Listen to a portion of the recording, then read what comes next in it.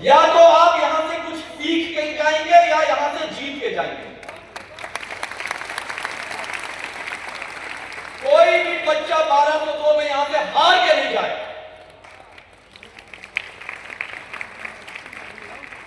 और यह जो प्रतिस्पर्धा है, कोई भी प्रतिस्पर्धा सबसे पहले आपकी स्वयं आत्म आकलन के लिए है कि आप स्वयं के आकलन करिए कि आप कल क्या थे, आज क्या है और आगे आपको क्या बनना है।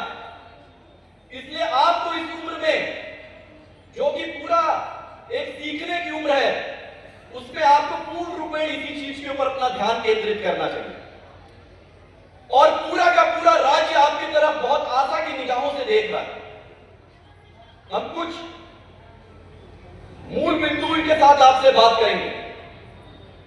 जब जब इस देश में एक गंभीर सिचुएशन या किसी बड़ी चीज के बारे में कोई चीज सोची गई हो, तो सबसे अग्रणी भूमिका बिहार ने इतिहास में निभाया है। और बिहार का जो इतिहास है बहुत स्वर्णिम है। हम एक बहुत स्ट्रॉन्ग लेगेसी को लेकर चल रहे हैं और उसी लेगेसी को दोहराने का यह फिर से समय आया हमारे पास। और चाहे थिंकर हो, चाहे लीडर हो, और चाहे जब जज्बे की जरूरत देश को पड़ी तब बिहार आगे आया। आपके सामने जीवन में इस समय 3 निर्णय हैं। आप जिस भी सिचुएशन या जो भी चीजें अपने जीवन में कर रहे हैं, या तो उस कमियों को देख के आप कंप्लेन करते रहिए, या फिर आप उन कमियों को या उस समस्याओं से एस्केप करिए कि हम सोच रहे कि नहीं वो कमी नहीं है। ये दोनों ही जीवन जीने का तरीका सही नहीं है। सही तीसरा तरीका यह है कि आप उन चीजों को एक्सेप्ट करके परिवर्तन करिए। आपको जो लगे कि अब ये बदलना चाहिए और हमको विकासशील से विकसित बनने के लिए करना है, हम उस चीज में बदलाव पैदा करें। और वो आपके अंदर ऊर्जा और वो ताकत है। दूसरी महत्वपूर्ण चीज कि आप अपॉर्चुनिटी के पीछे मत भागिए, अवसर के पीछे मत भागिए, आप कैपेबिलिटी के पीछे भागिए। आप अपने अंदर वो कैपेबिलिटी पैदा करिए, अपने अंदर वो कॉन्फिडेंस पैदा करिए कि स्वयं अवसर आपके पीछे आए। जब आप अपनी कोर कॉम्पिटेंसी के ऊपर अपना कॉन्फिडेंस और कैपेबिलिटी पैदा करेंगे तो स्वयं अवसर आपके पीछे चल के आएगा, ना कि आप अवसर के पीछे भागेंगे। यह मानसिकता की चीज है। बड़े से बड़ा युद्ध शस्त्र और अस्त्र के बल पे सिर्फ नहीं जीते जाते हैं। बड़े से बड़ा वो जो भी युद्ध होता है वो इच्छा शक्ति के दम पे जीते जाते हैं। और वो इच्छा शक्ति हम बिहारियों में है। हमें बस उसको जमीन पे उतारना है उसी जज्बे के साथ। तो यह आपको देखने की जरूरत है कि आप किस स्किल में अपने आप को अच्छा देखते हैं। आज का युग डिग्रियों का युग नहीं है। आप सिर्फ स्किल और स्किल, आपके अंदर क्या कुशल है उसको देखने का युग है। बिहार सरकार इस विषय के ऊपर इतना प्रतिबद्ध है कि चुनाव के बाद जो 3 नए मंत्रालय बनाए गए उसमें कला संस्कृति विभाग से युवा को हटा के कौशल विकास के अंदर रखा गया कि युवा और कौशल अब एक साथ देखे जाएंगे। इसलिए आप सभी को भी अपने अंदर अपने कौशल को समझना है कि आप किस कौशल में अच्छे हैं, किस स्किल में अच्छे हैं, और अपने जीवन में एक अच्छे नई से नई स्किल्स को जोड़ने की तरफ अपना दिमाग लगाइए। आपको यह आकलन करना है कि पिछले महीने से हम नए महीने या पिछले साल से नए साल में क्या कोई नई स्किल सीखे हैं। उस दिशा में आपको सोचने की आवश्यकता होगी, सभी युवा मेरे साथियों को यहां पे।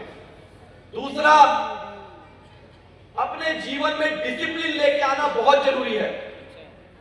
आप चाहे कितने भी टैलेंटेड हो, कितने भी इंटेलिजेंट हो, लेकिन आप लाइफ में अगर डिसिप्लिन नहीं है तो वो टैलेंट आपका बैक सीट ले लेगा।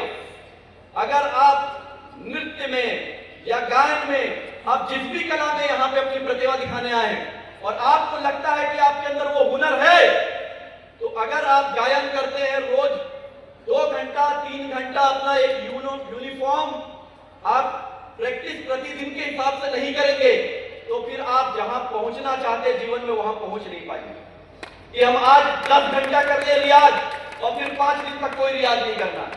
इस यूनिफॉर्मिटी से, इस इनडिसिप्लिन से आप कहीं नहीं पहुंच पाएंगे। इसलिए टैलेंट के साथ डिसिप्लिन का होना बहुत जरूरी है। और अगर वो कहीं ना कहीं, अगर कहीं से आपको आत्माकलन में मिसिंग दिखती है तो उसको अपने जीवन में उतारने का कार्य अवश्य करिए।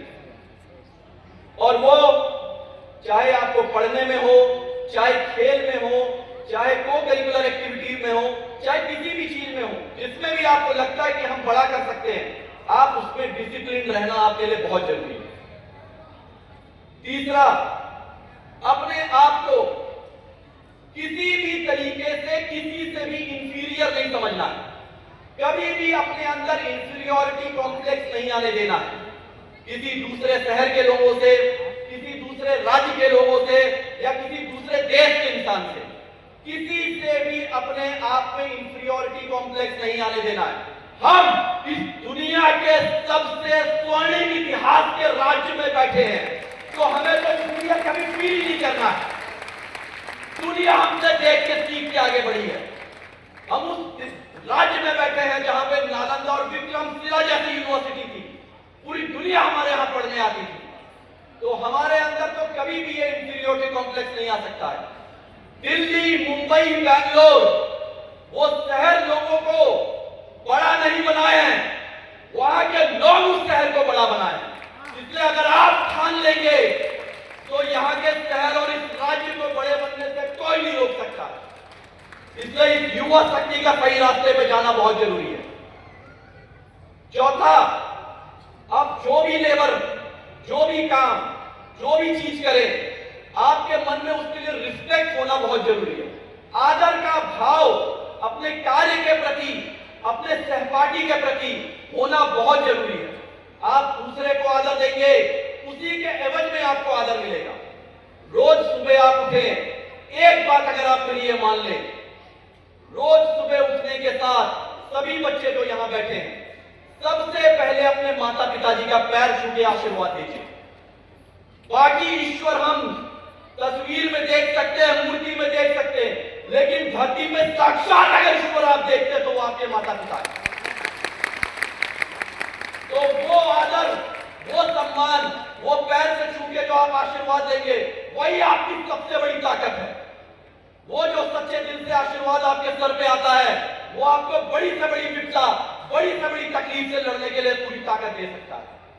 तो वो रिस्पेक्ट, वो आदर का भाव सभी यहाँ पे जो युवा बैठे हैं, वह अपने सहपाठी के प्रति, अपने मित्रों के प्रति, अपने शहरवासियों के प्रति, अपने राज्यवासियों के प्रति, और सबसे महत्वपूर्ण अपने राज्य के लिए, अपने बिहार के लिए, अपने बिहारी होने के लिए वो आदर आपके लिए अंदर होना चाहिए।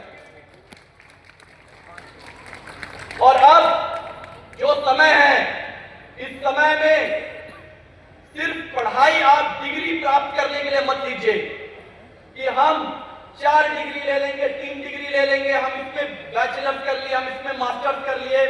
ये वो युग अब नहीं है।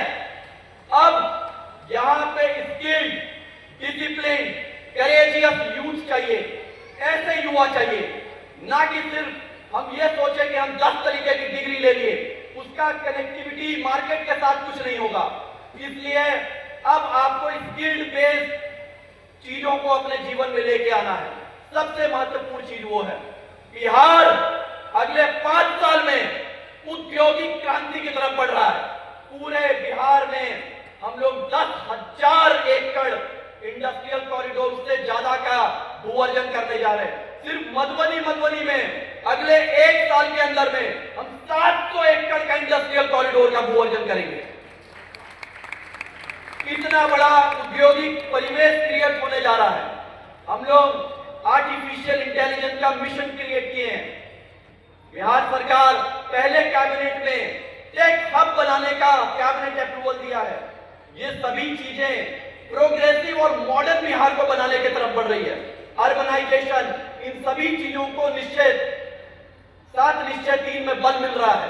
तो बिहार में जो यह सारी चीजें एक बहुत बड़े बदलाव की तरफ बढ़ रही है, और उस बदलाव में आप सभी युवाओं का एक बहुत बड़ा रोल होगा, क्योंकि आप ही की ऊर्जा बिहार को आगे लेके जाएगी। आप ही की ऊर्जा बिहार को विकासशील से विकसित राज्य बनाएगी।